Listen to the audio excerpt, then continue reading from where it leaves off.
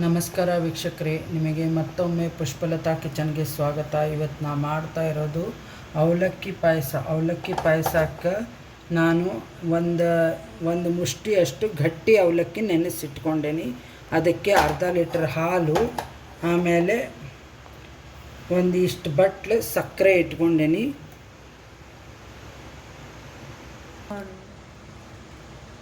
ನೋಡಿ, ಹಾಲು ಕಾಯ್ದಿದೆ. ಇದರ ಒಳಗೆ ಇದು ನೆನೆಸಿದ ಅವಲಕ್ಕಿ ಹಾಕ್ಕೋಬೇಕು.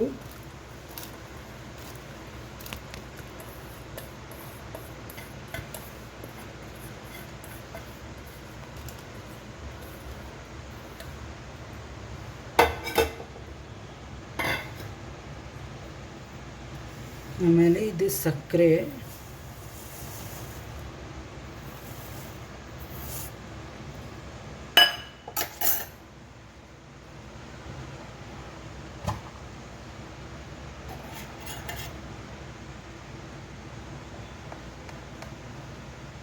ಮತ್ತು ಇಷ್ಟು ಏಲಕ್ಕಿ ಪೌಡ್ರ್. ಇದು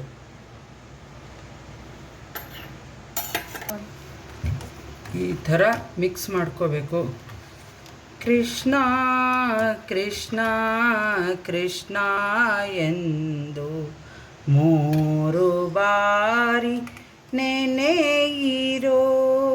ಕೃಷ್ಣ ಕೃಷ್ಣ ಕೃಷ್ಣ ಎಂದು 3 ಬಾರಿ ನೆನೆಯಿರೋ.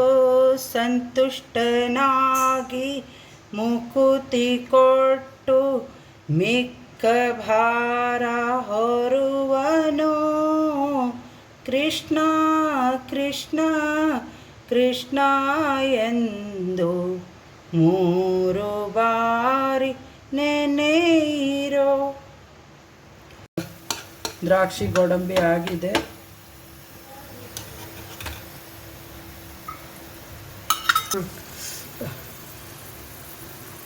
ಇವಾಗ ಇದಕ್ಕೆ ಹಾಕ್ತಾ ಇದ್ದೀನಿ.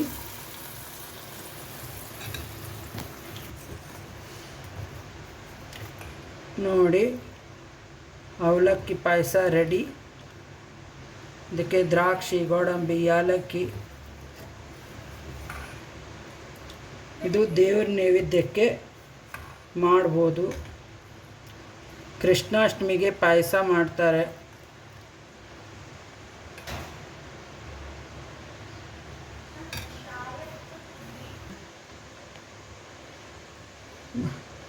ನೋಡಿ, ಚೆನ್ನಾಗೇ ಕುದ್ದಿದೆ. ಅವಲಕ್ಕಿನೂ ಹಾಲಿಗೆ ಹೊಂದ್ಕೊಂಡಿದೆ. ಪಾಯಸ ರೆಡಿಯಾಗಿದೆ. ಸಬ್ಸ್ಕ್ರೈಬ್ ಮಾಡಿ, ಮನೇಲೆ ಟ್ರೈ ಮಾಡಿ ನೋಡಿ. ನಿಮ್ಮ ಫ್ರೆಂಡ್ಸು ರಿಲೇಷನ್ಗೆಲ್ಲ ಶೇರ್ ಮಾಡಿ. Thank you.